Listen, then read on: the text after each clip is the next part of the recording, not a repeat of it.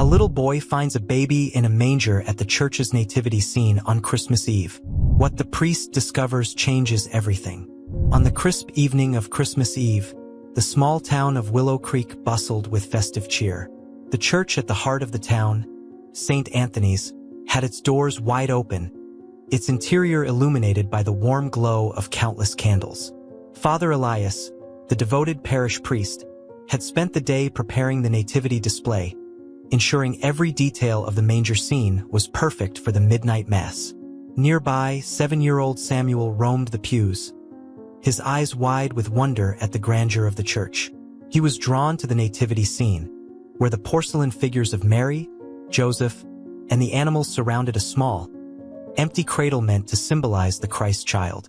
But tonight, the cradle wasn't empty. Samuel approached the manger, his curiosity piqued by an unusual sound. A soft whimper, barely audible over the carols echoing through the sanctuary. His breath hitched as he drew closer and saw something he couldn't have imagined. Nestled within the hay lay a real, living baby. Samuel stared, wide-eyed, before rushing to find Father Elias. "Father Elias, there's a baby in the manger." Samuel tugged at the priest's robes, his urgency making the older man pause. "Samuel, it's only a doll," Elias assured with a warm smile, but Samuel shook his head fiercely. "No, Father, it's real. Come see." Elias followed the boy to the nativity scene, and his heart nearly stopped at the sight. The infant, wrapped in a plain cotton blanket, was barely moving, its tiny face pale in the soft candlelight. Without a word, Elias bent down and gently picked up the baby. His hands trembled as he checked for signs of life. The child was breathing, albeit faintly. His mind raced. Who would leave a baby here? And why? Elias summoned Sister Agnes, the church's caretaker. Together, they brought the baby to the rectory, wrapping it in a warmer blanket. "Call the authorities," Agnes urged, her voice steady but tinged with concern. Elias hesitated. There was a note tucked inside the baby's blanket. He unfolded it carefully, the handwriting hurried and shaky. "This is my child. I cannot care for him, but I know he will be safe here. Please love him as I cannot." Tears blurred Elias's vision. He turned to Agnes. "We will call them, but first, let's ensure the baby is safe. He's cold and likely hungry." Agnes nodded, already preparing a bottle of warm milk she kept for the church's occasional needy visitors. As the baby drank, his color returned, and his cries softened to tiny whimpers. Elias stared at the child, his thoughts conflicted. Who would abandon such a helpless soul? And why in the house of God?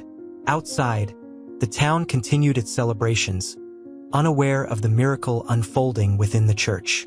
Midnight Mass was hours away, and Father Elias knew he had to make a decision. This baby wasn't just an abandoned child. It was a plea for help, a cry from someone who believed the church could do what they could not. "Agnes," Elias began, his voice solemn, "we must inform the community. This child's family could be among us. Perhaps they simply need help." Agnes nodded, though her eyes reflected doubt. "And if they don't come forward?" Elias looked down at the sleeping infant, now nestled peacefully in his arms. "Then this child will be cared for by us." As the church bells began to toll, signaling the gathering of townsfolk for the midnight service, Elias steeled himself. Tonight, he would share not just the story of Christ's birth but the tale of this little one, found in the manger. The whispers began as soon as the townsfolk noticed the bundle cradled in Father Elias's arms during the sermon. Questions lingered in the air, unanswered but heavy with speculation. Who was this child? What fate had led them here? Elias ended the service with a plea. "If anyone knows anything about this child or its family, please come forward. Let us ensure this baby finds the love and care every child deserves." But as the congregation dispersed into the cold, starlit night, no one approached. Elias held the baby close, gazing out at the snow-covered streets. Somewhere out there, a mother was alone, her heart likely breaking. Who was she, and what had driven her to leave her child in the hands of strangers? The town of Willow Creek awoke on Christmas morning to a strange and solemn buzz. The news had spread. A baby had been found in the church nativity. Speculations swirled like the morning snowflakes. Who could have left the child, and why? Father Elias had spent the night tending to the infant, his heart heavy with questions. The note left with the child haunted him, its simple plea for love and safety resonating deeply. He had notified the local authorities, but as he awaited their response, the baby rested peacefully in a borrowed bassinet in the rectory. Later that morning, Sister Agnes entered the rectory, her expression serious but compassionate. She carried a small package wrapped in brown paper. "Father Elias, I went to the market before dawn," she said, setting the package on the table. "I thought we might need some supplies. Diapers, clothes, the basics." Elias looked up from the infant, his gratitude clear. "Thank you, Agnes. I wasn't sure where to start." She glanced at the baby, her expression softening. "We'll figure it out. God doesn't give us burdens we can't bear." Elias nodded but remained silent. His faith had always been his anchor, but this situation felt heavier than most. This wasn't just about caring for a child. It was about uncovering the truth. As the morning stretched on, a knock at the rectory door interrupted their quiet preparations. Deputy Wallace stood on the stoop, his uniform dusted with snow. He was a familiar face in the community, a man known for his calm demeanor and steady hand. "Morning, Father," Wallace greeted, stepping inside and shaking the snow from his boots. His gaze fell to the bassinet, where the baby stirred softly. "So it's true." Elias gestured for him to sit. "Yes, and thank you for coming so quickly. I assume you've heard what's happened." Wallace nodded. "The whole town's talking about it. I came to see for myself and to gather some details." He pulled out a notepad. "Anything unusual last night? Someone hanging around the church? Any strangers in town?" Elias shook his head. "Nothing I noticed. But whoever left this child chose this place for a reason. They must have trusted us." Wallace jotted down notes. "The letter you mentioned. May I see it?" Elias retrieved the note from his desk and handed it to the deputy. Wallace read it carefully, his brow furrowing. "Desperate," he muttered, "but not careless. They knew this baby would be safe here." Elias folded his hands. "Do you think they'll come forward?" Wallace sighed. "Hard to say. If they're in a situation bad enough to leave their child, they might be too scared or ashamed to reveal themselves." By mid-afternoon, the news had drawn visitors to the church. Townspeople came bearing gifts, blankets, formula, even handmade toys. They lingered, asking questions, speculating, and offering theories about the child's origin. Amid the bustle, Elias noticed a woman sitting silently in the back pew. She was young, perhaps in her early 20s, and she clutched a small leather-bound Bible. Her head was bowed, her long hair hiding her face. Elias approached her gently. "Merry Christmas," he said softly. The woman startled but quickly composed herself. "Merry Christmas, Father. Are you here for the baby?" he asked. "Many have come today to help." She hesitated, her hands trembling as they gripped the Bible tighter. I just wanted to pray." Elias nodded, sensing her unease. "Of course. You're welcome to stay as long as you need." As he walked away, he couldn't shake the feeling that there was more to her presence. Her eyes had glistened with unshed tears, and her voice carried the weight of something unspoken. That evening, as the snow continued to fall, Father Elias sat by the fire in the rectory, cradling the baby. The child had been calm all day, as if sensing the care surrounding him. Agnes had taken to calling him Gabriel, after the angel who delivered God's messages, a name that quickly stuck. Elias gazed at Gabriel, his mind racing with thoughts of the woman in the pew. Could she be the mother, or was she simply moved by the story? Agnes interrupted his thoughts as she entered with 2 steaming cups of tea. "You look lost in thought, Father." "I am," Elias admitted, accepting a cup. "This child has stirred something in all of us." "Did you notice the young woman in the church earlier?" Agnes nodded. "She stayed a long time, seemed troubled." Elias sighed. "I wonder if she knows something." or if she's carrying a burden of her own. Agnes placed a reassuring hand on his shoulder. If she does, she'll speak when she's ready. In the meantime, we have a child to care for. That night, as Elias prepared to rest, he whispered a prayer. Lord, guide us. Help us find the answers this child needs and the strength to care for him. As the wind howled outside, Gabriel stirred in his sleep, his tiny hand curling into a fist. Elias watched him, his resolve hardening. Whoever had left this child believed in the power of the church, of the community. And Elias was determined not to let them down. But as the days ahead unfolded, the silence surrounding Gabriel's arrival would grow heavier, and the answers they sought would prove far more complex than anyone imagined. The day after Christmas, Father Elias awoke to a pale winter sun streaming through the frosted windows of the rectory. Gabriel's soft murmurs from the bassinet drew him out of his thoughts. The baby had become a quiet presence in the rectory, and though he was small, his arrival seemed to echo across the town. Sister Agnes had already begun her morning chores, her efficient movements leaving a trail of warm bread baking in the kitchen and the faint scent of incense lingering from the church sanctuary. The rectory phone rang, cutting through the quiet.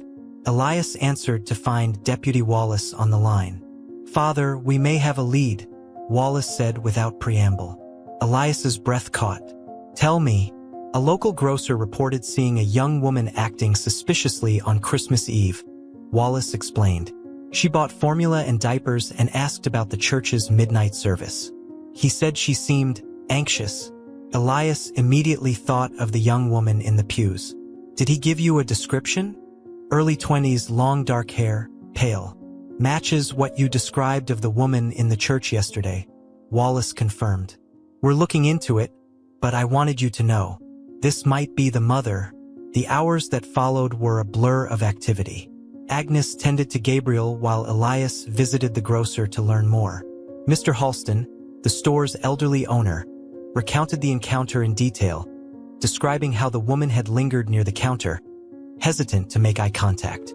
"She looked scared, Father," Halston said, "like someone who didn't know where else to go." "Did she say anything about herself? A name, perhaps?" Elias pressed. Halston shook his head. "Nothing like that, but she paid in cash and left in a hurry. Seemed like she was trying to avoid drawing attention." Elias thanked him and returned to the church, his mind heavy with thoughts of the mystery woman. He couldn't shake the image of her bowed head and trembling hands. Could she really be the one who had left Gabriel? That evening, as the town prepared for a post-Christmas snowfall, Elias found himself walking through the quiet streets. Something about the church always drew people in during the holiday season, and he wondered if the woman would return. To his surprise, she did. She appeared just before dusk, her thin frame silhouetted against the golden light spilling from the church's stained glass windows. She hesitated on the steps, glancing nervously around before slipping inside. Elias followed at a distance, careful not to startle her. She had settled in a pew near the back, her head bowed in prayer. As he approached, she looked up, her eyes glistening with unshed tears. "Father," she whispered, her voice trembling. "Please," he said gently, sitting beside her. "You seem burdened. Let me help." Her hands clutched the edge of the pew. I don't know where to begin." Elias waited patiently. Finally, she exhaled shakily, her words tumbling out in fragments. "I'm Anna," she began. "The baby, Gabriel. He's mine." Elias's heart tightened. He had suspected as much, but hearing her confirmation was a sobering moment. "I didn't want to leave him," she said, tears spilling freely now. "But I had no choice." Elias led Anna to the rectory, where Sister Agnes took over with calm efficiency. A cup of tea and a warm blanket seemed to steady Anna, and she began to open up. "I'm from a nearby town," she explained. "I left after his father abandoned us. I thought I could manage on my own, but things got worse. I lost my job. I couldn't afford rent or food. I didn't know where else to go." She hesitated, her voice breaking. "I thought, if I left Gabriel in the church, he'd be safe, that someone would love him. I couldn't bear to see him suffer because of me." Agnes placed a reassuring hand on Anna's shoulder. You've been through so much, dear, but coming back shows your love for him. Elias studied Anna's face. What do you want for Gabriel now? Her gaze flickered to the bassinet where Gabriel lay sleeping. I want him to have a chance, to grow up in a home full of love. But I don't think I can give him that. Elias leaned forward, his voice steady. Anna will help you. You're not alone anymore. As the evening deepened, Elias and Agnes spoke with Anna about options for support. The church had connections to local charities and families who might provide temporary care, but Elias sensed Anna's hesitation. You love him, he said quietly. Don't give up on yourself. Anna nodded but didn't respond, her eyes fixed on her sleeping son. The weight of her decision was clear, and Elias knew she needed time. As the snow began to fall outside, Anna agreed to stay the night. For the first time in weeks, she had a warm place to rest and the comfort of knowing Gabriel was safe. Elias prayed for guidance, his thoughts consumed by the young mother's plight. How could they help her find a way forward? How could the church be the beacon of hope she needed? And most pressing of all, would Anna have the courage to reclaim her role in Gabriel's life? Or would she let him go forever? The snowstorm blanketed Willow Creek overnight, wrapping the small town in an eerie silence. In the rectory, Father Elias rose early, drawn to the soft sounds of Gabriel stirring in his bassinet. Across the room, Anna sat in an armchair, her hair falling over her face as she stared at her sleeping child. You didn't sleep, Elias said softly, breaking the quiet. Anna shook her head, her voice raw. I couldn't. Every time I close my eyes, I see him crying. Alone in that manger, Elias sat opposite her, his expression gentle. You were desperate, Anna, but you're here now. That matters.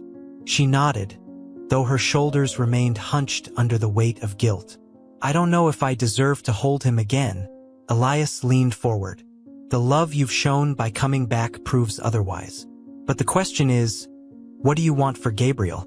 The morning passed slowly as Sister Agnes bustled about the rectory, preparing breakfast and trying to bring some warmth to the tense atmosphere. Anna remained quiet, speaking only to ask after Gabriel or to thank Agnes for her kindness. By midday, Deputy Wallace arrived to check in. He removed his hat as he entered, snow dusting his shoulders. His expression softened when he saw Anna, though his professional demeanor held firm. You're the mother? He asked gently.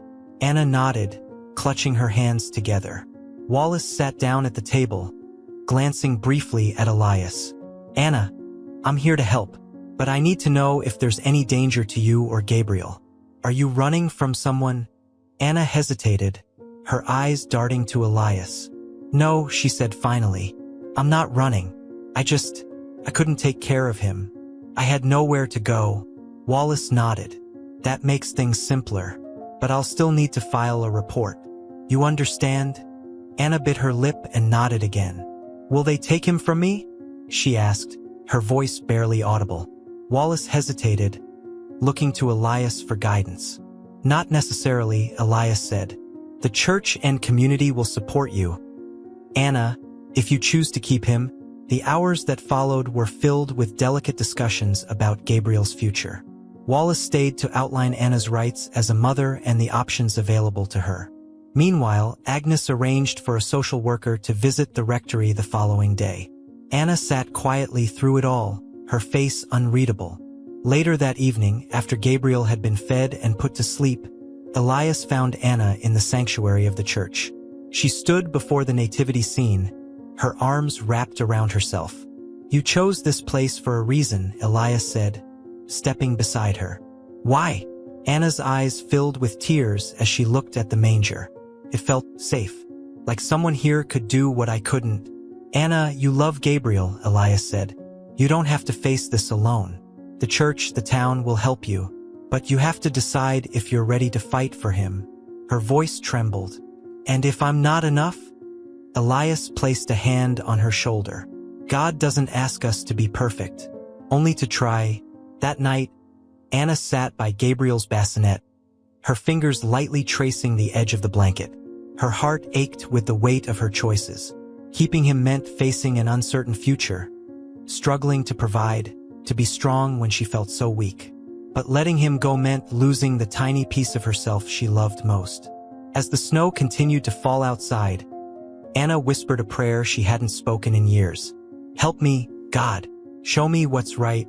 In the stillness, Gabriel stirred, his small hand reaching out from the blanket. Anna hesitated, then took his hand in hers, her tears falling silently onto the mattress. Morning brought a faint glimmer of clarity. When the social worker, Ms. Delaney, arrived, Anna sat across from her in the rectory, clutching a cup of tea for comfort. Delaney was kind but straightforward, explaining the steps involved if Anna chose to place Gabriel with another family or accept help from community resources. "I don't want to give him up," Anna said suddenly, her voice firm. "But I don't know if I can be what he needs." Delaney smiled warmly. "You don't have to do this alone. There are programs to help mothers like you, housing assistance, childcare, even counseling." Elias, sitting nearby, leaned forward. "The church will stand by you, Anna. Whatever you decide." Anna looked at them both, her heart pounding. For the first time in weeks, she felt a sliver of hope. But even hope couldn't erase the road ahead. As night fell once more, Anna held Gabriel close, her decision finally taking shape. She turned to Elias, her voice steady but emotional. "I want to try," she said. "I want to give him the life he deserves." Elias's relief was evident, and he smiled gently. "You've made the bravest choice, Anna." But as they embraced this tentative resolution, none of them could foresee the challenges yet to come. The doubts that would creep back in, the judgment of others, and the moments of despair when the weight of the past threatened to crush them all. The days that followed were a whirlwind of activity. Anna remained at the rectory, settling into a fragile rhythm with Gabriel as the church community rallied around her. Donations continued to pour in: diapers, formula, warm clothing, and Agnes helped Anna organize everything, her steady presence a source of comfort. Despite the outpouring of support, whispers had begun to ripple through the town. The story of Gabriel's discovery had become the subject of gossip, and Anna's quiet reappearance only added fuel to the fire. Father Elias overheard the murmurs during the Sunday service. Congregants whispered in hushed tones, "Is she the one who left the baby? What kind of mother does that? Maybe she shouldn't keep him." The judgment stung more than Elias cared to admit. He ended the service with a firm reminder of compassion. "Let us not forget," he said from the pulpit, "that this child came into our care on the holiest of nights. Let us extend the same grace to his mother that we celebrate in this season of love." The congregation murmured its agreement, but Elias could feel the tension beneath their nods. That evening, Anna approached Elias in the rectory, her face pale and drawn. "People are talking, aren't they?" she asked. Elias hesitated, then nodded. "Some are," he admitted. "But their words don't define you, Anna. Your actions do." She swallowed hard, clutching Gabriel closer. "It's just hard. I already feel like a failure." Hearing them say it out loud, her voice cracked. Elias placed a reassuring hand on her shoulder. "People fear what they don't understand. But many in this town are on your side. Focus on Gabriel and what you can give him." Anna nodded, though her eyes remained troubled. "I'm trying, Father. I really am." The following day, Deputy Wallace stopped by the rectory with news. "I've been speaking with some folks around town," he said, lowering his voice as Gabriel cooed softly in Anna's arms. "I think most mean well, but there are a few who think the child might be better off elsewhere." Anna stiffened. "They want to take him away?" "Not officially," Wallace assured her. "But they're questioning whether you're fit to raise him. It's just talk for now." Elias frowned. "And if it becomes more than talk?" Wallace hesitated. "Then you'll need to show them you're serious about turning things around. Stability is what people want to see." Anna's voice shook. "I am serious. I came back, didn't I?" Wallace nodded, his tone gentler now. "I believe you. But sometimes, that's not enough to quiet people's doubts." That evening, Elias gathered Agnes and Anna in the rectory for a frank conversation. "If we're going to silence these whispers, we need a plan," he began. Anna, We'll help you find steady work and housing. The church can assist, but you need to show the town you're capable." Anna looked down, overwhelmed. "Where do I even start?" Agnes spoke up, her voice firm. "One step at a time. We'll contact the local food bank. They have resources for single mothers. And I know Mrs. Lowry at the bakery has been looking for help. It's not glamorous, but it's honest work." Elias nodded. "We'll also need to arrange childcare for Gabriel. The church nursery can help temporarily." Anna's lip trembled, but she nodded. "I'll do whatever it takes." The days became a blur of effort and determination. Anna visited the bakery and secured a part-time position. Mrs. Lowry, a stern but fair woman, promised to keep an eye on Anna's progress. "You're young," she said, handing Anna an apron. "But if you work hard, you'll earn respect. That's what matters around here." Gabriel stayed in the church nursery during Anna's shifts, his bright smiles quickly winning over the volunteers. Agnes watched over him when Anna returned in the evenings, exhausted but proud of her small victories. Despite Anna's efforts, the whispers persisted. One afternoon, as she left the bakery with a loaf of day-old bread for Gabriel, she overheard two women speaking near the market. "She's just doing this to save face," one said. "Poor baby," the other replied. "I hope someone steps in before it's too late." Anna's hands trembled as she walked past, her face burning with shame. By the time she reached the rectory, she was in tears. Elias found her in the sanctuary, her sobs echoing through the empty space. "They'll never see me as good enough," she cried. "No matter what I do." Elias knelt beside her. "You're not doing this for them, Anna. You're doing it for Gabriel. And for yourself." She wiped her eyes, though her doubt lingered. "What if I can't prove them wrong?" "Then you keep going," Elias said firmly, "and let your love speak louder than their words." The town meeting scheduled for the following week loomed large in their minds. Elias knew it would be a turning point, an opportunity to rally the community around Anna or risk losing their fragile trust. "Will they listen?" Anna asked nervously as the day approached. "They will," Elias assured her, "because you've already shown them the most important thing, that you're willing to fight for your son." As the snow melted into slush outside, the tension in the town mirrored the shifting weather. Beneath the surface, something was building: hope, doubt, and the quiet determination of a mother who refused to give up. The night of the town meeting arrived, and the community center was filled with a mixture of anticipation and tension. The townsfolk of Willow Creek sat in rows of folding chairs, their voices low but charged with curiosity. At the front of the room, Father Elias stood next to Anna, who clutched Gabriel protectively against her chest. Her pale face betrayed her nerves, but her resolve held firm. Deputy Wallace called the meeting to order, his deep voice cutting through the murmurs. "We're here to discuss the matter of the child found at St. Anthony's Church on Christmas Eve, and to address the concerns surrounding his care." The room fell silent as all eyes turned to Anna. Elias stepped forward first, his calm presence a balm to the rising unease. "My friends," he began, his voice steady, "on that holy night, a miracle arrived at our church. Gabriel was entrusted to us, not as a burden but as a blessing. His mother, Anna, has returned to care for him, and she has shown courage in the face of unimaginable challenges. I ask you now, as a community, to stand with her."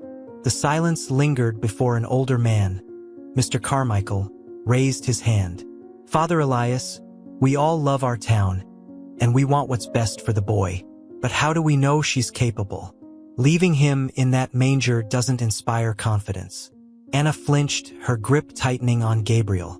Elias stepped closer to her side. "We cannot judge someone's entire story by one chapter," he said. Anna acted out of desperation, not malice. And since that night, she's worked tirelessly to provide for her son. The tension in the room shifted as Mrs. Lowry, the bakery owner, stood. "I've seen Anna at work," she said. "She's punctual, diligent, and willing to learn. If you ask me, she's doing her best." A murmur of agreement rippled through the room, but it wasn't unanimous. From the back, a sharp voice rang out. "Doing her best might not be enough. said Mrs. Graham, a stern woman known for her outspoken nature. Raising a child isn't just about effort, it's about stability. Can she guarantee that? Anna, who had remained silent, finally spoke up. Her voice was shaky but determined.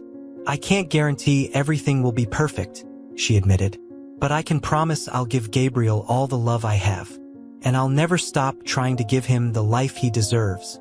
Her words hung in the air, vulnerable yet resolute. Gabriel stirred in her arms, his small hand reaching up as if to comfort her. Elias seized the moment. We all want stability for Gabriel, but stability isn't something Anna has to achieve alone. It's something we can offer together as a community. Isn't that what Christmas teaches us? To open our hearts to those in need. The room quieted again, and this time the silence felt softer, less rigid. Then, unexpectedly, a voice rose from the back. I was raised by my grandmother after my parents couldn't care for me, said a middle-aged man Elias recognized as Mr. Hargrove, the grocer. She didn't have much, but she had love, and that was enough. I say we give Anna a chance. The sentiment began to spread, one person after another voicing cautious support. Even Mrs. Graham, though reluctant, finally nodded. As long as she keeps proving herself, I suppose it's fair to give her a shot. Deputy Wallace stepped forward, his authoritative presence calming the remaining tension. The town's consensus is clear, he said. We'll support Anna and Gabriel, with the church leading the effort to provide resources and oversight. After the meeting adjourned, Anna sat on the edge of the stage, holding Gabriel as townsfolk approached. Some offered encouragement, while others simply nodded their approval. Though the atmosphere remained cautious, the tide had turned. Elias knelt beside Anna, a proud smile on his face. You did well, he said softly. They see your heart now. Anna's eyes filled with tears. I don't know how to thank you. You don't need to, Elias replied. Just keep moving forward. That night, as snow began to fall again, Anna returned to the rectory, exhausted but relieved. She placed Gabriel in his bassinet and sat beside him, her heart heavy with the weight of the evening but lighter with hope. For the first time, she allowed herself to believe that maybe, just maybe, she could give her son the life he deserved, with the help of the town, the church, and the unshakable love she carried in her heart. But as the days ahead would prove, love alone wouldn't shield her from the challenges that lay ahead. In the weeks following the town meeting, Anna's determination became evident to everyone. The bakery job expanded into full-time work, and the church nursery provided consistent care for Gabriel. Each day was a quiet battle, but Anna faced it with resolve, bolstered by the tentative goodwill of the community. Father Elias and Sister Agnes continued to be her pillars, offering guidance and reassurance. But even with the newfound support, Anna couldn't escape the shadows of doubt, both from others and within herself. One chilly morning, as Anna walked to the bakery, pushing Gabriel in a borrowed stroller, she overheard a conversation between two women outside the general store. Their words stopped her in her tracks. She's doing better, but you know how these things go, one said. Exactly, replied the other. It's only a matter of time before she slips. Anna clenched the stroller's handle, her knuckles white. She walked on, pretending not to hear, but the sting of their words followed her through the day. That evening, she confided in Elias. They'll never forget what I did, she said, sitting in the rectory's small sitting room. No matter how hard I try, they'll always see me as the woman who abandoned her baby. Elias leaned forward, his gaze kind but firm. People's opinions aren't the measure of your worth, Anna. Gabriel is thriving because of you. That's what matters.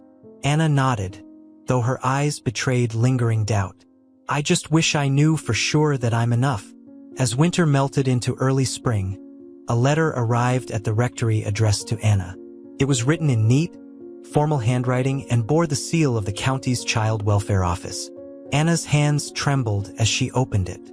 It's a home visit, she told Elias and Agnes that evening, to assess Gabriel's living situation. That's standard procedure, Agnes said reassuringly. You've done everything right. You have nothing to fear.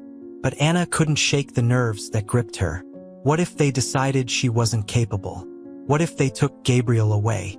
On the day of the visit, the rectory gleamed with a freshly scrubbed shine. Agnes had helped Anna prepare, ensuring every detail was perfect, from Gabriel's neatly folded clothes to the spotless bassinet in the corner. The social worker, Ms. Delaney, arrived promptly. She was the same kind woman who had met Anna weeks ago, but this time her presence felt weightier. Delaney inspected the living arrangements, asked Anna about her daily routine, and spent time observing her interactions with Gabriel. The baby cooed happily in Anna's arms, his contentment seemingly a testament to her care. "You've made significant progress," Delaney said as she finished her notes. "Your efforts are commendable, Anna." Relief flooded Anna's face, but Delaney's tone turned serious. "That said, the arrangement here at the rectory is temporary. Have you thought about long-term housing?" Anna glanced at Elias, who spoke gently. "We've been exploring options. The church is prepared to assist with securing a stable home." Delaney nodded. "That's good. Stability will be key moving forward." After the visit, Anna felt a cautious sense of hope. But later that night, as she sat alone with Gabriel, the weight of Delaney's words settled over her. Stability, long-term housing. The reality of her situation loomed large. She thought about the whispers in town, the uncertain glances from those who doubted her. Would she ever truly escape her past? Or would it follow her, casting a shadow over every step she took? The following Sunday, Elias addressed the congregation. His sermon, though subtle, carried a clear message of unity and forgiveness. "We are called not just to witness miracles but to nurture them," he said. Anna's story is one of redemption and resilience, but it doesn't end with her alone. It's a story we all share. A story of a community that chooses compassion over judgment. After the service, several congregants approached Anna with kind words and offers of support. Mrs. Graham, once one of her harshest critics, handed her an envelope.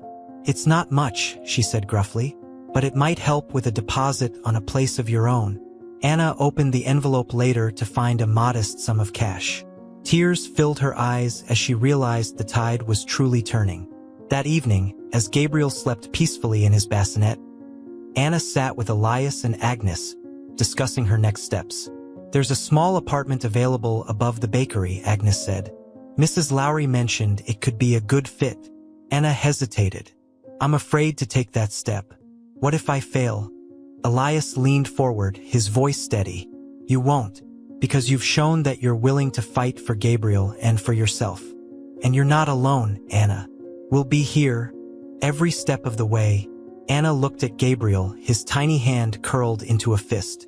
For the first time, she felt the stirrings of something unfamiliar yet powerful. Confidence. As spring blossomed in Willow Creek, so did Anna's resolve. She began to see a path forward, not free of challenges, but illuminated by hope and the unwavering love of those who believed in her. But as with any journey, the road ahead was far from simple, and new trials awaited. By mid-spring, Anna and Gabriel moved into the modest apartment above the bakery. The small space was a far cry from the grandeur of the rectory, but it was hers. The smell of fresh bread drifted up through the floorboards every morning, and the sunlight streaming through the single window made the space feel warm, despite its simplicity. The move was a triumph, but it came with new pressures. Between working at the bakery, caring for Gabriel, and managing the judgment of those still skeptical, Anna felt the weight of her new independence. The whispers hadn't entirely vanished, though now they were quieter, more subdued. One afternoon, as Anna swept the bakery floor, Mrs. Lowry approached with an envelope in hand. "This came for you," she said, her voice clipped but not unkind. Anna wiped her hands on her apron and opened the envelope. Inside was a notice for a childcare subsidy approval. Her application had been accepted, and the program would help cover the cost of daycare for Gabriel while she worked. "It's a start," Mrs. Lowry said, glancing at the paper. "You're earning your way, Anna. Don't let anyone tell you otherwise." Anna smiled faintly. "Thank you, Mrs. Lowry, for everything." "Don't thank me," the older woman replied. "Thank yourself for not giving up." With the subsidy in place, Anna enrolled Gabriel in a nearby daycare run by a kind-hearted couple who adored children. Dropping him off for the first time was bittersweet. Gabriel clung to her, his small face scrunching in protest, but the caregivers assured her he would adjust quickly. At work, Anna threw herself into her tasks, finding solace in the routine. Baking became a form of therapy, and her skills improved under Mrs. Lowry's watchful eye. Customers began to notice her friendly demeanor, and slowly, her reputation shifted. Despite the progress, the challenges mounted. Gabriel came down with a fever one evening, leaving Anna sleepless with worry. She missed a shift the next day, prompting Mrs. Lowry to remind her gently but firmly, "Consistency matters, Anna. Keep your priorities straight." Anna nodded, guilt gnawing at her. The balancing act was delicate, and she felt the strain of trying to hold everything together. Her exhaustion didn't go unnoticed. Father Elias and Sister Agnes visited regularly, bringing meals and helping where they could. One evening, as Anna sat with Gabriel, Elias offered her a quiet reminder. "You don't have to do this alone, Anna. Lean on us when you need to." She nodded but found it hard to let go of the idea that she had to prove herself, to the town, to Gabriel, and most of all, to herself. One day, while walking home from the daycare, Anna encountered Mrs. Graham. The older woman hesitated before speaking. "You've surprised me," she said, her tone almost grudging. "You've done better than I thought you would." Anna blinked, unsure how to respond. "Thank you," she said cautiously. "But don't get too comfortable," Mrs. Graham added, her eyes sharp. "Raising a child isn't a sprint. It's a marathon." The words lingered long after Anna reached her apartment. She knew Mrs. Graham wasn't entirely wrong. Stability wasn't just about securing a home or a job. It was about sustaining it. And for Anna, the road ahead still felt tenuous. As spring turned to summer, Anna found herself facing a new challenge. The bakery's sales dipped, and Mrs. Lowry reduced her hours. The loss of income was a blow, and Anna struggled to cover her bills. She confided in Elias one evening, her voice trembling. "I don't know if I can keep this up," she admitted. "What if I lose everything?" Elias's gaze was steady. "You've come too far to give up now. Let's find a solution together." The church organized a fundraiser, with the community donating baked goods, crafts, and services to sell at a summer fair. The event brought people together, and though the funds raised were modest, they were enough to ease Anna's immediate worries. But the cracks in her fragile foundation remained, and the fear of failure loomed. One warm evening, as Anna tucked Gabriel into his crib, she sat beside him and whispered, "I'll never stop trying, little one." "No matter what," Gabriel gurgled in response, his small hand reaching out to grasp her finger. In that moment, Anna felt the weight of her journey and the strength she'd gained from it. But she also knew that every step forward could bring new trials, and she needed to be ready. In the quiet of her apartment, with the hum of summer insects outside, Anna resolved to keep fighting. For Gabriel, for herself, and for the future she was determined to build. Summer deepened into its golden peak, and with it came both joy and hardship. Anna's days were a delicate dance between work at the bakery, caring for Gabriel, and navigating the community's watchful eyes. She had found a rhythm, but it was tenuous, easily disrupted by even the smallest misstep. The fundraiser hosted by the church had buoyed her finances for a time, but the lull in bakery sales lingered, and the reduced hours stretched her resources thin. Despite her determination, Anna found herself falling behind on bills.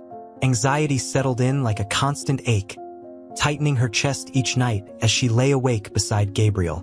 One evening, Father Elias arrived at her apartment with a gentle knock. Anna opened the door to find him holding a small package. "I thought you might appreciate some company," Elias said, stepping inside. He handed her the package, which contained a simple dinner and a card from the church's nursery volunteers. Inside, scrawled in various handwriting, were messages of encouragement. "You're doing amazing, Anna. Gabriel's such a happy boy. We can see how much you love him. Keep going. You've got this." Anna blinked back tears as she read the notes. "I don't know how to thank you. You've already done so much," Elias replied. But you must also learn to accept help. It's not a weakness, Anna. It's grace. The next morning, as Anna prepared Gabriel for daycare, she received an unexpected phone call.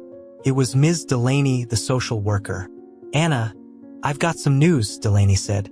A local business is hosting a skills training program for single mothers. They'll teach bookkeeping, basic computer skills, and other job essentials. I think it could be a great opportunity for you. Anna's heart lifted with hope, but doubt quickly followed. I don't know if I can do that and keep up with everything else. It's part-time, Delaney assured her. And there's a stipend to help cover childcare. Think about it, it could open new doors. Later that day, Anna spoke with Mrs. Lowry about the opportunity. The older woman crossed her arms, considering. Bookkeeping, huh? She said. Could be useful around here. If you want to try it, I'll adjust your shifts. Anna's relief was palpable. Thank you, Mrs. Lowry. I didn't want to disappoint you. Mrs. Lowry waved her off. Disappoint me by not trying. That's the only failure I don't forgive. The training program proved challenging. Balancing her new schedule with her bakery shifts and Gabriel's care left Anna exhausted. But she threw herself into the classes, determined to learn everything she could. Some nights, after putting Gabriel to bed, she stayed up late practicing spreadsheets and writing resumes. On others, she simply sat by the window, staring into the quiet street below, questioning whether her efforts would ever be enough. Meanwhile, the whispers in the community resurfaced. At the market, she overheard someone mutter, "She's stretching herself too thin. That baby needs more attention." Anna's stomach churned, but she held her head high. She wouldn't let their doubts consume her, not again. But the tension came to a head during one of her classes. Midway through a lesson, Anna's phone buzzed insistently. It was the daycare. "Gabriel's running a high fever," the caregiver said. "We think you should come immediately." Panic surged through Anna as she gathered her things and rushed out the door. By the time she reached the daycare, Gabriel was flushed and lethargic, his cries weak. The sight broke her heart. At the pediatrician's office, Anna held Gabriel close, whispering soothing words as they waited. The doctor diagnosed a common viral infection, but the scare left Anna shaken. That night, back at the apartment, Father Elias stopped by to check on them. Anna sat on the couch, cradling Gabriel as tears streamed down her face. "I don't know if I can do this," she admitted. "What if they're right? What if I'm not enough for him?" Elias knelt beside her, his voice firm. "Anna, listen to me. You've faced every obstacle with courage. Gabriel doesn't need perfection. He needs your love, and that you've given him in abundance." Anna sobbed quietly, leaning into Elias's steady presence. "I just want him to be happy." "He already is," Elias assured her, "because he has you." In the days that followed, Gabriel recovered, and Anna returned to her routine. The setback had shaken her, but it also deepened her resolve. She poured herself into her classes, determined to secure a better future. As summer waned, Anna completed the training program. At the graduation ceremony, Delaney handed her a certificate and smiled warmly. "You've earned this, Anna. It's the first step of many." Anna held the certificate tightly, feeling both pride and fear. She had come so far, but the journey ahead remained daunting. That evening, as she rocked Gabriel to sleep, she whispered, "We'll get there, little one. One step at a time." Yet, even as she spoke the words, Anna couldn't shake the sense that another test loomed on the horizon, one that would demand every ounce of strength she had left. The crisp air of early autumn filled Willow Creek, carrying the scent of fallen leaves and the promise of change. For Anna, it marked nearly a year since Gabriel had been found in the manger. That single moment had set her on a path of unimaginable challenges and profound growth. But as the anniversary of that night approached, a new storm threatened to upend her fragile progress. One afternoon, as Anna returned from her shift at the bakery, she found Deputy Wallace waiting near the steps of her apartment. His expression was unreadable, but his presence sent a jolt of panic through her. "Deputy," she asked, her voice tentative. Wallace cleared his throat. "Anna, we've had a report filed with Child Services. Someone's questioning whether Gabriel's current living situation is stable. Her knees felt weak. What? Who would do that? I can't disclose that, Wallace said carefully. But I want you to know this doesn't mean they'll remove Gabriel. It's a routine investigation. Anna's heart pounded. She thought of the whispers, the lingering doubts among some townsfolk. I've done everything I can, she said, her voice trembling. Doesn't that count for anything? It does, Wallace assured her. And I'll vouch for you, but you'll need to prepare for another home visit. That evening, Father Elias and Sister Agnes gathered in Anna's apartment. Gabriel slept in his crib, unaware of the anxiety hanging in the air. We'll support you through this, Elias said firmly. You've shown everyone how far you've come. But what if it's not enough? Anna whispered. What if I lose him? Agnes spoke softly, her tone resolute. Faith doesn't erase fear, Anna. It helps you face it. Trust that your efforts will shine through. The following week, Ms. Delaney arrived for the home visit. Anna had prepared meticulously, but the nervous energy in the small apartment was palpable. Gabriel, now a bright and curious infant, babbled happily as Delaney conducted her assessment. Your progress is impressive, Anna, Delaney said as she finished her notes. You've created a safe and loving home for Gabriel. I'll include that in my report. Anna exhaled shakily. Thank you. But, Delaney added, the final decision will rest with the review board. Could take a few weeks. Weeks. The word felt like a lifetime. In the days that followed, the tension in Anna's life reached a breaking point. At the bakery, Mrs. Lowry noticed her distraction. Anna, you've been distant, she said. What's going on? Anna hesitated, then confided in her. To her surprise, Mrs. Lowry didn't criticize or pity her. Instead, she said, You've got more people rooting for you than you realize. Let us help.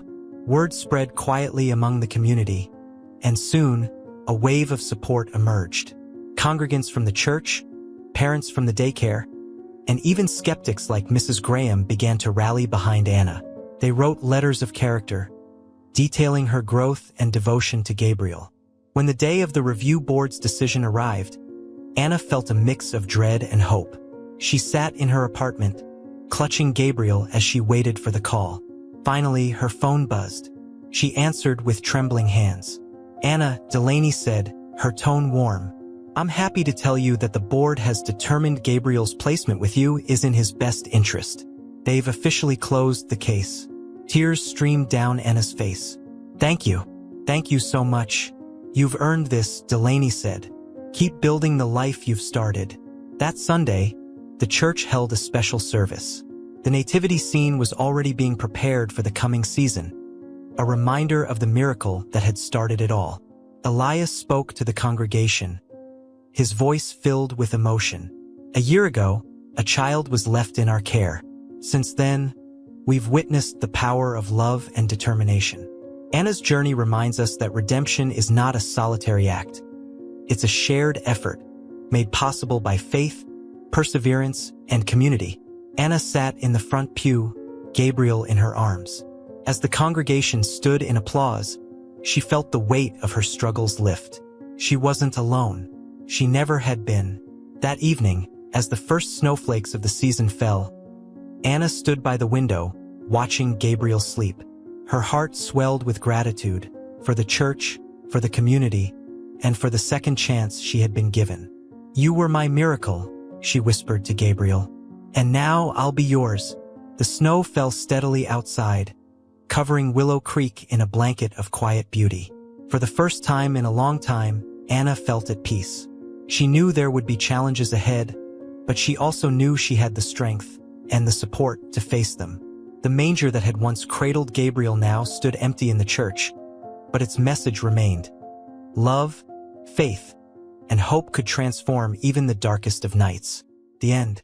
Boy finds a mysterious package near the town's Christmas tree. When he discovers what's inside, his life changes completely.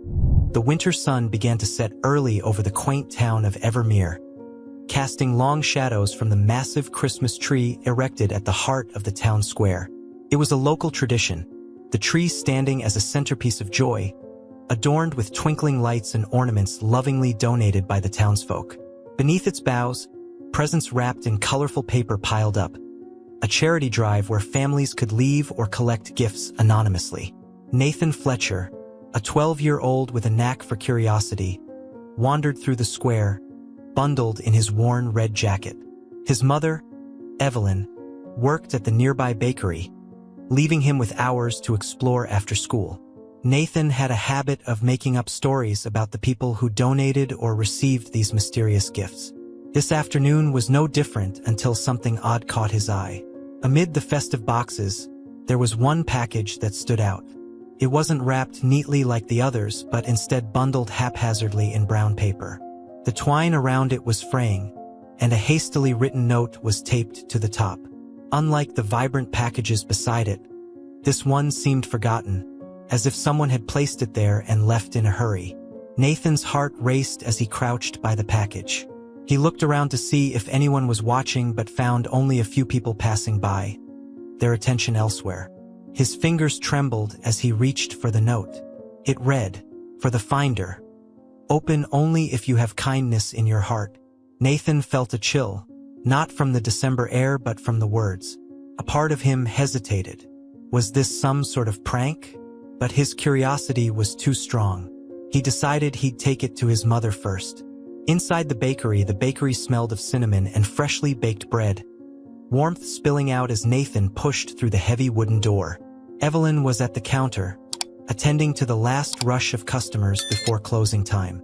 Her chestnut hair was tied back in a braid, and despite the tiredness in her eyes, she smiled at Nathan when he walked in. "Done exploring?" she asked, wiping her hands on her apron.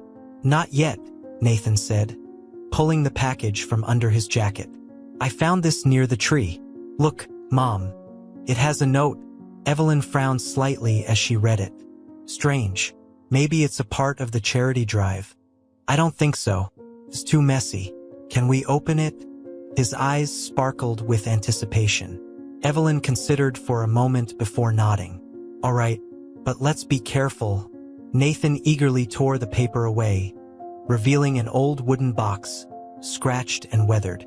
Inside lay a small envelope, a rolled-up map, and a single photograph of a snow-covered cabin nestled in the woods. The envelope contained a simple letter written in a shaky hand.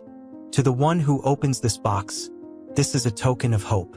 The cabin in the photo holds something that once changed my life, and I believe it can change another's. If you're reading this, you might be the one to find it. Follow the map, but beware. Some treasures are not gold or jewels, but they are no less valuable. Take care." A wanderer, Evelyn raised her eyebrows at the peculiar discovery, while Nathan was practically bouncing with excitement. "Can we go, Mom? Can we find it?" Evelyn hesitated. They didn't know who this wanderer was or what that something might be. But she saw the spark in Nathan's eyes, a brightness she hadn't seen since his father's passing 2 years ago. A chance for a little adventure might be just what they both needed. "All right," she said, smiling. "But we'll do it together." The frosty morning air nipped at Nathan's face as he and his mother trudged through the snow-covered streets of Evermere. Evelyn had borrowed an old pair of snowshoes from the bakery's storeroom, dusting off years of neglect, while Nathan clutched the map tightly in his mittened hands.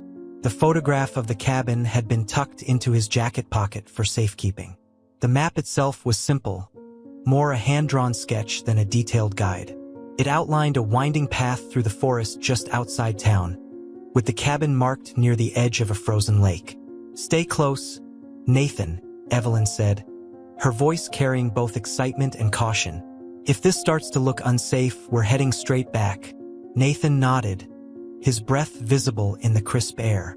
The thrill of the unknown energized him. He wasn't just a boy on a walk. He was an explorer, and this snowy forest was his uncharted territory. Into the woods the trees stood tall and silent, their branches heavy with snow. It felt as though the forest had been waiting for them, its stillness both serene and unsettling. Nathan led the way, following the faint markings on the map. He occasionally glanced back at his mother, who smiled encouragingly but kept scanning their surroundings. "Do you think the person who left the box actually went here?" Nathan asked, breaking the silence. Maybe, Evelyn said. Or maybe they wanted someone else to come here and see what they couldn't. Her words hung in the air, and Nathan couldn't help but wonder what kind of person the wanderer might have been. The letter spoke of hope, but there was an undertone of sorrow in its shaky handwriting. As they pressed on, they came across landmarks from the map. A lone tree bent at a peculiar angle, a small wooden bridge over a frozen stream. Each step seemed to confirm they were on the right path.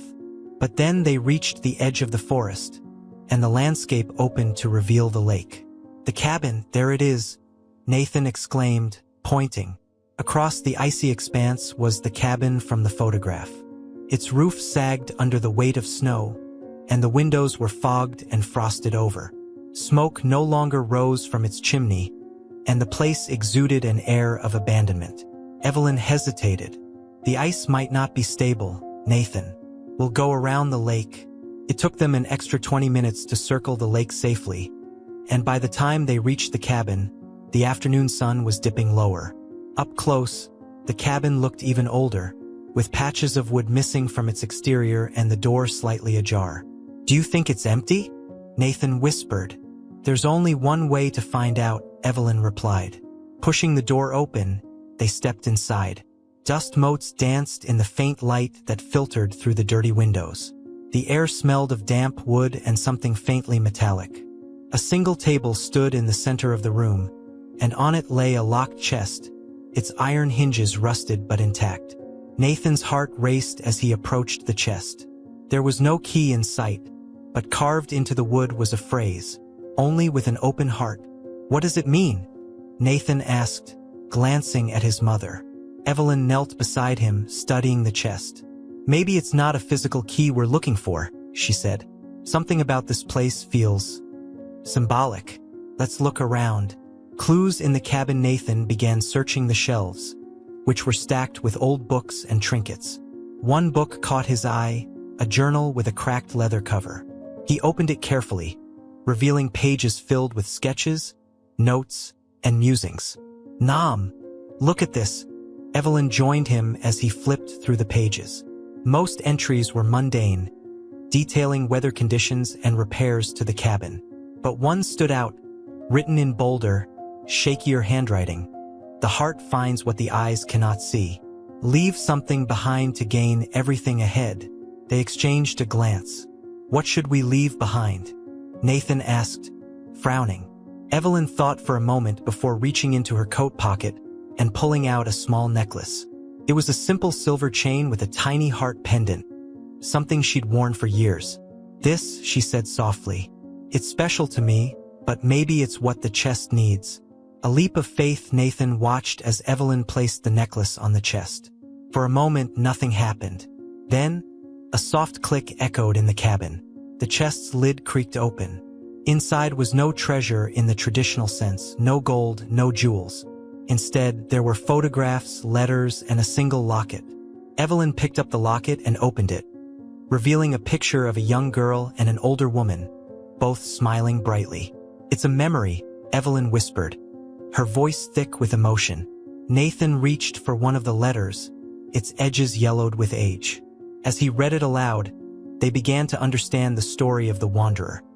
A tale of loss, resilience, and the ultimate power of kindness. The cabin seemed to grow quieter as Nathan unfolded the letter, the air heavy with anticipation. Evelyn sat beside him, her eyes scanning the faded script as he read aloud. If you are reading this, it means you have found what I could not keep for myself. This chest holds the memories of a life I once lived, a life full of hope and love that was taken too soon.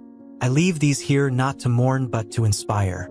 These pieces of my past are now yours to carry forward, to remind you that even in loss, there is always a chance for a new beginning. The locket belongs to my daughter, Clara. The photographs are of the life we shared before illness took her from me. And these letters, they are my words to her, written in moments of grief and longing but never sent. My wish is that they find a home where love and kindness can thrive. Nathan paused, glancing at his mother. Her face softened, and her hands rested lightly on the locket. She lost her daughter, Evelyn murmured. And she chose to leave this behind for someone else to find. But why here? Nathan asked, his brow furrowed. Why not take these with her? Maybe she thought someone like us might find it, Evelyn suggested. Nathan reached for one of the photographs in the chest. It showed a snowy field much like the one outside the cabin, with a young girl laughing as she threw snowballs. Beside her stood a tall woman with kind eyes. They look so happy, Nathan said softly. They were, Evelyn replied, brushing her fingers over the image. And that's what she wanted to pass on. Hope, even after sadness. A choice to make. Evelyn and Nathan sat in silence for a moment, each lost in thought. The chest had given them something intangible yet profound. A reminder of the fragility and beauty of life. What do we do with it now? Nathan asked finally. Do we take it back to town? Evelyn considered this, her gaze drifting to the window. The light outside was beginning to fade, the snow reflecting the pink hues of the setting sun. No, she said, this isn't something we take. It's something we leave for the next person to find. But it's so special, Nathan argued. We can't just leave it for anyone. Evelyn smiled gently. That's the point. The wanderer trusted the finder, trusted us.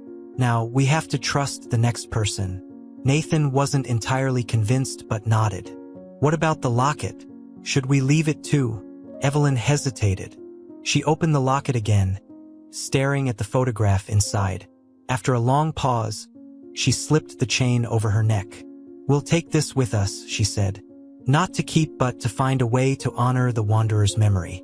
Maybe there's someone who needs it more than we do. Nathan smiled.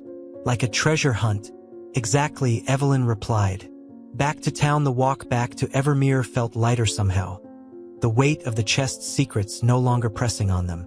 Nathan carried the map carefully folded in his pocket, his mind racing with possibilities.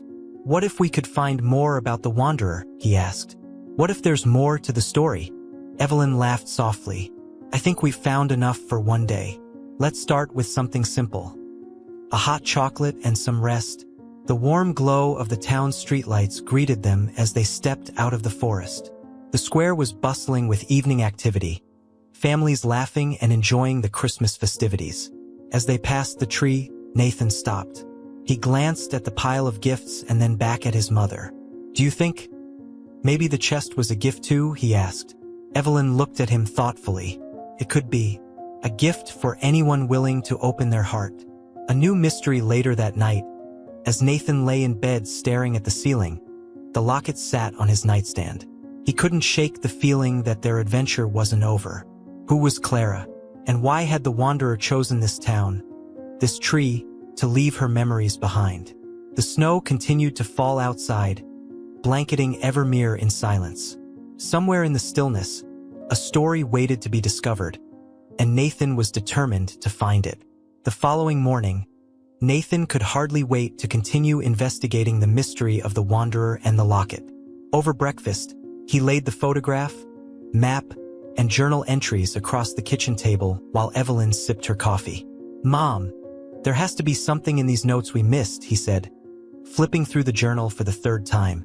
Evelyn leaned over, pointing at a small entry near the bottom of one page. It was written in the same shaky hand but had a series of initials and a partial address. To C. Fletcher, Elmwood Cemetery, December 12th. Nathan's eyes widened. Nom, that's our last name. Fletcher. Evelyn frowned. It might just be a coincidence. Fletcher's not exactly rare, but it's worth checking, right? He insisted, his enthusiasm undeterred. Evelyn sighed but couldn't suppress a smile at her son's determination. All right, we'll visit after I finish up at the bakery. But don't get your hopes up too high. It might not be connected. Nathan grinned. I bet it is. The cemetery. By mid-afternoon, Evelyn and Nathan stood at the gates of Elmwood Cemetery. The sprawling grounds were quiet under a blanket of snow, the headstones like whispers of lives once lived. Nathan carried the locket in his pocket, occasionally touching it as though it might guide them. The initial C. Fletcher proved elusive at first. They walked the rows of graves, reading the names etched into the stones. Some dated back centuries, while others were more recent. Finally, Evelyn stopped. Here, she said softly, The headstone was modest, its inscription weathered but still legible. Clara Fletcher, beloved daughter and friend. May her light guide others. Nathan knelt beside the grave, brushing snow from the letters. Clara, he whispered, the name fitting the pieces of the puzzle like a key in a lock. Do you think she's the one in the photo? Evelyn crouched beside him. It's possible. If she's the daughter, maybe this is why the wanderer left the chest nearby. To keep her memory alive. Nathan pulled out the locket and opened it again, staring at the picture inside. What happened to her? He wondered aloud. As if in answer, Evelyn pointed to the lower right corner of the headstone, where a small emblem was carved, a snowflake. That looks familiar, she said. Nathan's eyes lit up. It's the same symbol on the corner of the map. The snowflake trail intrigued. They returned to the map later that evening, studying the details they'd overlooked before. Nathan traced the snowflake symbol to a faint line leading away from the cabin and toward another location. One that wasn't marked with a name, only a simple X. That's the next stop, Nathan said confidently. It's farther than the cabin, Evelyn noted, her brow creasing. We'd need supplies and warmer clothes. It might not be safe in this weather. Nathan's shoulders slumped, but he nodded. We can figure it out. Maybe tomorrow? Evelyn ruffled his hair. We'll see. Let's take it one step at a time. A stranger in town that night. As Evelyn locked up the bakery, she noticed a stranger lingering near the Christmas tree in the town square. He was tall and wore a heavy coat, his face obscured by a scarf and a wide-brimmed hat. Can I help you? She asked cautiously, her breath visible in the cold air. The man turned, his voice low and gravelly. You're Evelyn Fletcher, aren't you? Evelyn stiffened, her grip tightening on the keys. Who's asking? I think you found something that belongs to me, he said simply. Evelyn stepped back instinctively, her hands still on the key in the bakery door. I don't know what you're talking about, she said, her voice steady despite the unease creeping up her spine. The man pulled the scarf down from his face, revealing a weathered complexion and piercing blue eyes. His expression softened, though his posture remained tense. My name's Henry Caldwell, he said. I think you found the chest. Evelyn's heart skipped. How could he possibly know? And if I did? She asked cautiously. Henry reached into his coat and produced a folded piece of paper.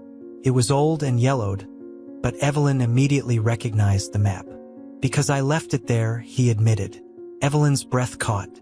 You're the wanderer? Henry chuckled faintly, shaking his head. Not quite. I was a friend of hers. Clara's mother, the one who left the chest. She asked me to make sure it found the right people. Evelyn studied him, trying to gauge his sincerity. He looked tired, his shoulders hunched as though carrying a heavy weight. And why us? She asked. Henry shrugged, his eyes softening. Because you found it. And because something about you tells me Clara's mother was right to trust you. Evelyn crossed her arms, considering her next words carefully. My son and I are trying to understand what it all means. If you know something, now's the time to share it. Henry sighed, glancing around the square. Not here. Tomorrow at the cabin. Bring the boy, and I'll tell you everything. Before Evelyn could respond, he turned and disappeared into the darkened streets, leaving her standing alone with more questions than answers. The decision back at home, Nathan listened wide-eyed as Evelyn recounted the encounter. So he's a friend of the wanderer? Nathan asked, practically bouncing in his chair. We have to go, Mom. Evelyn hesitated. I don't know, Nathan. Meeting someone out there in the middle of nowhere, it could be dangerous. But he knows the story. He can tell us who Clara was and why they left the chest, Nathan argued. Please, Mom. We'll be together. And you're always careful. Evelyn sighed. Her instinct told her to be wary, but Nathan's excitement was infectious. And she couldn't deny her own curiosity about Henry's connection to the mystery. All right, she said finally. But we'll prepare properly. No shortcuts. Nathan beamed. You won't regret it. The cabin reunion the next day, Evelyn and Nathan returned to the cabin, bundled in their warmest clothes and carrying supplies. The snow had fallen heavier overnight, muffling the world around them as they approached. Henry was already there, standing by the frozen lake, his hands stuffed into his coat pockets. He turned when he heard their crunching footsteps. "Glad you came," he said, his voice carrying across the cold air. Evelyn nodded, keeping Nathan close as they approached. "You said you'd explain everything." Henry gestured toward the cabin. "Let's go inside." The truth unfolds inside the cabin. Henry removed his coat and settled into a chair. He waited until Evelyn and Nathan had seated themselves before beginning. "Clara Fletcher was the daughter of a remarkable woman named Margaret," he said. "Margaret was a teacher here in Evermere. She loved this town, loved the people. But her greatest joy was her daughter, Clara." Henry paused, his gaze distant. "Clara was bright, curious, much like your boy here. But when she was only 8 years old, she fell ill. A rare condition, something the doctors couldn't cure. Margaret did everything she could to save her. But," he trailed off, the weight of the memory evident in his voice. "What happened to Margaret?" Evelyn asked gently. "She stayed in this cabin for years after Clara passed," Henry continued. "It was her way of grieving, I suppose. But she didn't want her loss to become bitterness. She started gathering things. Memories, lessons she learned, messages of hope, and put them in that chest. Then, one winter, she left it by the Christmas tree and disappeared." "Disappeared?" Nathan repeated, wide-eyed. Henry nodded. "No one knows where she went. Some say she left Evermere to start over. Others think she simply wanted her story to end here." Evelyn's fingers brushed the locket around her neck. "Why did she leave the chest for someone else?" "To remind people what she'd learned," Henry said. "That even in the darkest times, kindness can make all the difference. She believed someone with an open heart would find it and carry her story forward." The next step, Nathan stared at Henry, a question burning on his lips. "And the X on the map? What's there?" Henry smiled faintly. "The last part of Margaret's story. But it's not mine to tell. It's yours to discover." Evelyn looked at Nathan, then back at Henry. "Why trust us with this?" "Because Margaret would have wanted it this way," Henry said. "And because you remind me of her. Both of you." Evelyn's heart swelled at the words, and Nathan's determination only grew stronger. "We'll find it," Nathan said firmly. "Whatever it is, we'll find it." The morning air was sharp as Evelyn and Nathan prepared to set out for the X marked on the map. Nathan had barely slept, his mind racing with thoughts of what they might find. Evelyn, on the other hand, spent the night going over their supplies, ensuring they had everything they might need for the trek into uncharted parts of the forest. "Are we ready, Mom?" Nathan asked, bouncing on his heels as he adjusted his scarf. "As ready as we can be," Evelyn replied, her tone both reassuring and cautious. The map led them farther from town than the cabin, and while the snow-covered forest was serene, Evelyn couldn't shake a feeling of unease. They didn't know what awaited them, and the weight of the locket around her neck seemed heavier than ever. Deeper into the forest, the trail was less distinct this time, the landmarks from the map harder to spot under the thick blanket of snow. Evelyn led the way, with Nathan clutching the map behind her, occasionally pointing out bends and forks in the path. "Do you think it's another chest?" Nathan asked, his voice muffled by the scarf wrapped around his face. "Maybe," Evelyn said, "but it might be something else entirely. Whatever it is, we'll figure it out together." Hours passed, and the forest seemed to grow quieter. The only sounds their crunching footsteps and the occasional rustle of a bird taking flight.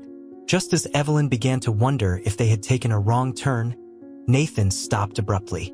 "There," he exclaimed, pointing ahead. Through the trees, a small structure came into view. A stone well, its circular frame partially buried under snow. "The map ends here," Nathan said, holding it up for confirmation. Evelyn approached cautiously. The well was old, its stones covered in moss and ice. Around its base were carvings of snowflakes, identical to the one on the map and Clara's gravestone. "This has to be it," Nathan said, his breath visible in the cold air. Evelyn peered into the well. It was deep, but faint light reflected off the icy walls. There was no bucket or rope, only a hollow darkness that seemed to stretch forever. "What are we supposed to do?" Nathan asked. Evelyn noticed a small plaque affixed to the stone, partially hidden by frost. She brushed it clean and read the inscription aloud. "The well of memories holds the truth. To reveal it, leave a piece of your heart. A test of trust." Nathan frowned. "What does that mean? Like, put something in the well?" Evelyn nodded slowly, her hand instinctively going to the locket. She knew this moment would come but felt unprepared for the choice. "This locket," she said, her voice quiet. "It belonged to Clara. Maybe this is where it's meant to go." "But you've been wearing it since we found it," Nathan said. "Don't you want to keep it?" Evelyn knelt beside him, looking into his earnest eyes. "It's not about keeping it, Nathan. It's about honoring Clara and her mother. If this is what the chest led us to, then it's the right thing to do." Nathan hesitated, then reached into his own pocket. He pulled out a small wooden whistle, its surface smooth from years of use. "I want to leave something too," he said. "Dad made this for me before he passed. It's my favorite thing, but maybe it'll help somehow." Evelyn's heart swelled with pride and sadness. She took Nathan's hand, squeezing it gently. "You're a brave boy, Nathan. Your father would be proud of you." Together, they leaned over the well.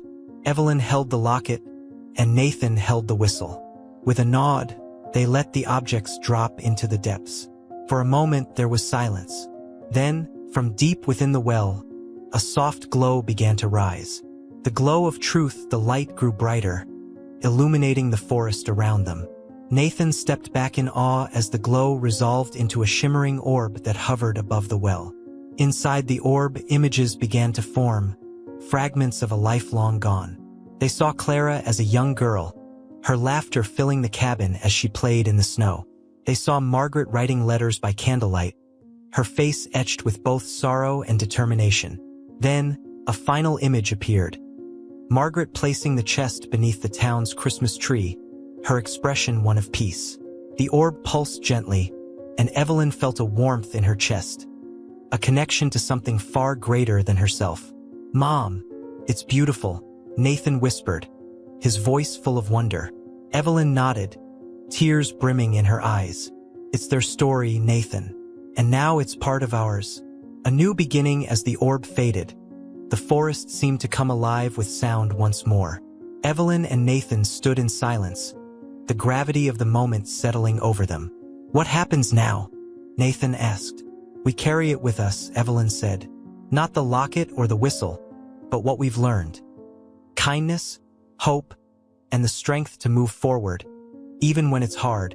Nathan smiled, his hand slipping into hers. "I think Clara and Margaret would be happy." "So do I," Evelyn replied. Hand in hand, they turned back toward the path, ready to bring the lessons of the wanderer back to Evermere, and to those who needed it most. By the time Evelyn and Nathan returned to Evermere, the sun was setting, casting a warm golden light over the snow-blanketed town. Though tired, they felt a deep sense of fulfillment from their journey. The images from the well lingered in their minds, vivid and haunting, as if Margaret's story had intertwined with their own. As they walked past the towering Christmas tree in the square, Nathan stopped. "Mom," he said, looking up at the glittering ornaments. "What if we left something here, like Margaret did with the chest?" Evelyn turned to him, her brows furrowed in thought. "You mean, to keep her story alive?" Nathan nodded eagerly. "Yeah, so other people can feel what we felt, like they're part of something bigger." Evelyn smiled. "That's a wonderful idea. But what could we leave?" Nathan thought for a moment, then his face lit up. "The map." Evelyn hesitated. The map was their connection to Margaret and Clara, a reminder of the path they had walked. But Nathan's words stirred something in her, a realization that this story wasn't just theirs to hold. "All right," she said, pulling the map from her coat pocket. "Let's do it." A gift for the future, the two of them carefully folded the map and placed it inside a small envelope. On the outside, Nathan wrote in his neatest handwriting, "To the next wanderer. The path is waiting." They placed the envelope at the base of the tree, tucking it among the brightly wrapped charity gifts. Nathan stepped back, a proud smile spreading across his face. Do you think someone will find it? He asked. I'm sure they will, Evelyn said, her voice filled with certainty. And when they do, they'll know what to do with it. Unexpected news the following morning. Evelyn returned to the bakery while Nathan went to school. The shop was busy, as usual, with townsfolk picking up pastries and bread for the holidays. As Evelyn rang up an order, the bell above the door jingled, and a familiar figure stepped inside. It was Henry Caldwell, his coat dusted with fresh snow. He approached the counter, his expression a mix of excitement and urgency. You'll want to hear this, he said without preamble. Evelyn wiped her hands on her apron and gestured for her assistant to take over. What's going on? She asked, leading Henry to a quieter corner. They found Margaret, Henry said, his voice low. Evelyn's heart skipped. What do you mean? Where? Not far from here, Henry explained. Someone visiting the next town over recognized her from an old photo I shared. She's living in a small cottage by herself, not far from the forest. Evelyn stared at him in disbelief. She's alive. Henry nodded. I thought she might have passed on. But she's here, Evelyn. And I think she'd want to meet you and the boy. A new journey later that evening, Evelyn told Nathan about Henry's discovery. His face lit up with excitement. She's alive? We have to go see her, Mom. Evelyn placed a hand on his shoulder. I know, Nathan, but we have to remember this is her story. We need to be respectful. She might not want to talk about it. Nathan nodded solemnly. I get it, but I still want to thank her, for everything. Evelyn smiled. Me too. The cottage the next day, Evelyn and Nathan joined Henry on the journey to Margaret's cottage. The path was quiet, the snow crunching beneath their boots. Nathan carried the locket with him, unsure if he should return it or keep it as a connection to Clara. When they reached the cottage, it was small and unassuming, nestled among tall pines. Smoke curled from the chimney, and the soft glow of a fire flickered through the window. Henry knocked gently on the door. After a moment, it creaked open, revealing an older woman with kind eyes and a face lined by years of both hardship and joy. Henry, she said, her voice warm but surprised. Her gaze shifted to Evelyn and Nathan. And who might these be? Margaret's kind eyes scanned Evelyn and Nathan with curiosity as she stepped aside, motioning for them to enter. The warmth of the small cottage embraced them immediately, a stark contrast to the biting cold outside. Inside, the space was simple but cozy. A crackling fireplace, shelves lined with books and keepsakes, and a small table set for tea. You've brought me company, Henry, Margaret said, her voice gentle yet tinged with intrigue. Henry smiled. Not just any company, Margaret. They found the chest. Margaret froze, her expression shifting from curiosity to quiet awe. You found it? Evelyn stepped forward, her voice soft. We did. It was beneath the Christmas tree in Evermere, and we followed the map. Margaret's gaze flicked to Nathan, who was holding the locket in his small hands. And you brought Clara's locket, she murmured, her voice breaking slightly. Nathan hesitated, then stepped closer, extending the locket to her. We didn't know if we should keep it or return it. It's really special. Margaret took the locket with trembling hands, opening it and gazing at the photograph inside. Her eyes glistened with tears as she smiled.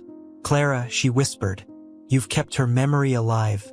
A mother's grief. Margaret invited them to sit by the fire, pouring tea from a steaming pot. She held the locket tightly as she began to speak. When Clara passed, I didn't know how to keep going, Margaret said, her voice steady despite the weight of her words. She was my everything, my light, my reason for being. Losing her felt like losing myself. Nathan shifted in his seat, watching her intently. Is that why you left the chest? Margaret nodded. At first, it was a way to hold on to her. I gathered her favorite things, wrote letters to her, and tucked them away. But the more I added to that chest, the more I realized it wasn't just for me. It was for anyone who needed hope, anyone who had faced loss and didn't know how to find their way back. Evelyn leaned forward. And the map? The well? Margaret's lips curved into a faint smile. The well was a place Clara and I used to visit often. She'd throw pennies in and make wishes, always the same wish, for everyone in the world to be happy. After she passed, I thought of the well as a way to give something back to the world, to share her wish, even if she couldn't. A shared connection. Nathan's voice was small but firm. We saw the images in the well. You and Clara. It was beautiful. Margaret looked at him, her expression softening. You saw them? Nathan nodded. And it made me think about my dad. He passed away too. But seeing you and Clara made me feel like he's still with me in some way. Margaret's hand reached out, covering Nathan's. He is. Love like that never really leaves us. Evelyn watched the exchange, her heart swelling with gratitude for this unexpected meeting. You've given us something precious, Margaret. A way to look forward without forgetting what we've lost. Margaret smiled, the weight of years of solitude lifting from her face. And you've done the same for me. Knowing that Clara's story touched your lives means more than I can say. A new purpose. Before they left, Margaret surprised them by placing the locket back in Nathan's hands. It belongs with you now, she said. You've already proven you understand its meaning. Clara would want you to have it. Nathan clutched it tightly, his eyes shining with pride. Thank you. Margaret walked them to the door, standing in the light of the setting sun. Whatever you do next, do it with kindness, she said. That's all that truly matters. Evelyn nodded. We will. And thank you for everything. As they made their way back to Evermere, the locket felt warm in Nathan's hand, as though it carried not just Clara's story but the love that Margaret had poured into it. The streets of Evermere sparkled under the glow of Christmas lights as Evelyn and Nathan returned home from their visit to Margaret. Though the evening air was frigid, their hearts were warm, brimming with purpose. The locket, now safely tucked into Nathan's pocket, seemed to carry with it the spirit of hope and connection that Margaret and Clara had shared. We have to tell people, Nathan said as they neared the bakery. Margaret's story, the well, it could help them the way it helped us. Evelyn smiled at his enthusiasm. We'll find a way, Nathan, but it has to be done carefully. Stories like this deserve the right moment. Nathan nodded, though his excitement made it hard to wait. He already envisioned sharing the chest's tale and the lessons they'd learned. A plan in motion. The next morning, Evelyn and Nathan sat at the kitchen table with Henry, discussing how to bring Margaret's story to the town. It needs to be more than just telling people, Evelyn said. It has to mean something they can feel and take with them. Henry stroked his chin thoughtfully. Maybe we can tie it to the Christmas tree tradition. Margaret left the chest there because she wanted it to be found during a time of giving. Nathan's eyes lit up. We could make it part of the charity drive. People could leave something meaningful under the tree, not just gifts. Henry grinned. You've got a sharp mind, kid. That could work. The heart of Christmas. Evelyn, Nathan, and Henry worked quickly, organizing a new element to the annual tree tradition. Flyers were printed and distributed throughout Evermere, inviting townsfolk to participate. This year, let's share more than gifts. Let's share what's in our hearts. Leave a note, a memory, or something that represents hope for you under the tree. Together, we can create something extraordinary. At first, people were hesitant. Some scoffed at the idea, while others were intrigued but unsure. But as the week went on, small envelopes and trinkets began appearing under the tree, tucked alongside brightly wrapped presents. A night to remember on Christmas Eve. The square was alive with laughter and music as families gathered around the massive tree. Snow fell gently, blanketing the scene in a magical glow. Evelyn and Nathan stood near the base of the tree, watching as people added their contributions. A young girl placed a handmade ornament shaped like a heart. A couple left a photo of their family. An older man tucked a small book of poetry beneath the branches. It's working, Nathan whispered, his face alight with wonder. Evelyn smiled, squeezing his shoulder. It's beautiful. Henry joined them, carrying a small box. Thought I'd add something of my own, he said, placing it under the tree. Nathan peered at the box. What is it?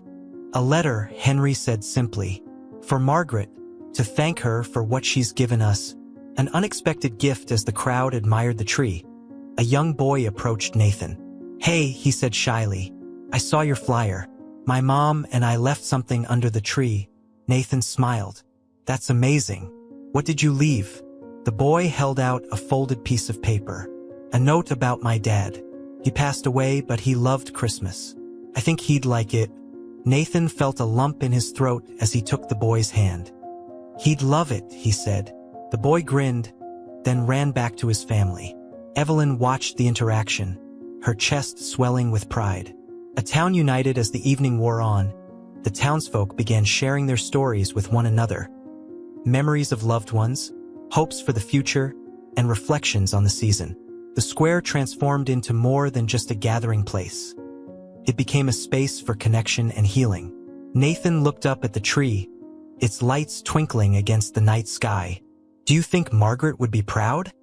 Evelyn wrapped an arm around him. I know she would. The locket around Nathan's neck felt warm again, as though Clara's wish for happiness had found its way to Evermere at last. As the snow continued to fall over Evermere, Christmas morning arrived with a sense of quiet joy. The town square was still, the Christmas tree standing tall, its branches now heavy with gifts, notes, and trinkets left by the townsfolk. Evelyn and Nathan walked hand in hand to the square, eager to see the culmination of their efforts. It's beautiful, Evelyn said softly, her breath visible in the crisp air. Nathan nodded, his eyes wide as he took in the sight. It's like everyone left a piece of themselves here. Beneath the tree, the pile of heartfelt offerings seemed to glow with a warmth that wasn't just from the holiday lights. It was the warmth of a town brought closer together, inspired by the story of Margaret and Clara. The power of stories. As more townsfolk arrived, they began to gather around the tree, sharing the stories behind their contributions. One family spoke about how they had left a toy that their late grandmother had crafted by hand. A teenager shared a poem she'd written about finding hope after a difficult year. Evelyn and Nathan stood off to the side, watching with pride as the town embraced the spirit of giving in a way they never had before. This is what Margaret wanted, Evelyn said. Nathan held the locket in his hand, feeling its familiar weight. I think Clara would have loved this. A message from Margaret. As the morning unfolded, a quiet commotion began near the tree. Henry had arrived, carrying a small envelope with Margaret's handwriting. He held it up, catching everyone's attention. This, Henry said, his voice carrying over the crowd, is from Margaret Fletcher, the woman whose story inspired all of this. The crowd murmured, intrigued. Henry carefully opened the envelope and read aloud. Asterisk, to the people of Evermere, thank you for keeping Clara's light alive. In her short time on this earth, she taught me the importance of kindness, love, and hope. I believe those lessons can ripple out and change the world. You have proven me right. Carry this tradition forward. Share your memories, your dreams, and your hearts. Not just at Christmas, but always. In doing so, you honor not just my daughter's legacy, but the beauty of what it means to be human. With gratitude, Margaret Fletcher. Asterisk. The square fell silent, the weight of Margaret's words sinking in. Then, one by one, the townsfolk began to clap. It wasn't the raucous applause of a celebration, but a gentle, heartfelt acknowledgement of the love and wisdom Margaret had shared with them all.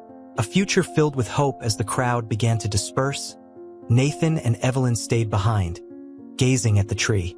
What happens now? Nathan asked. Evelyn knelt beside him, placing a hand on his shoulder. Now we keep the promise. We carry Margaret's message forward. In everything we do, Nathan smiled, holding the locket close to his chest. I think we can do that. From that day forward, the Christmas tree in Evermere became more than just a centerpiece of holiday festivities. It became a symbol of the town's unity, resilience, and the enduring power of kindness. Evelyn and Nathan never forgot the journey that brought them to this moment. The chest, the map, the well, and most importantly, the woman who started it all. And as the years went on, Margaret's story continued to inspire, her memory living on in every note, every gift, and every act of love left beneath the tree. The end.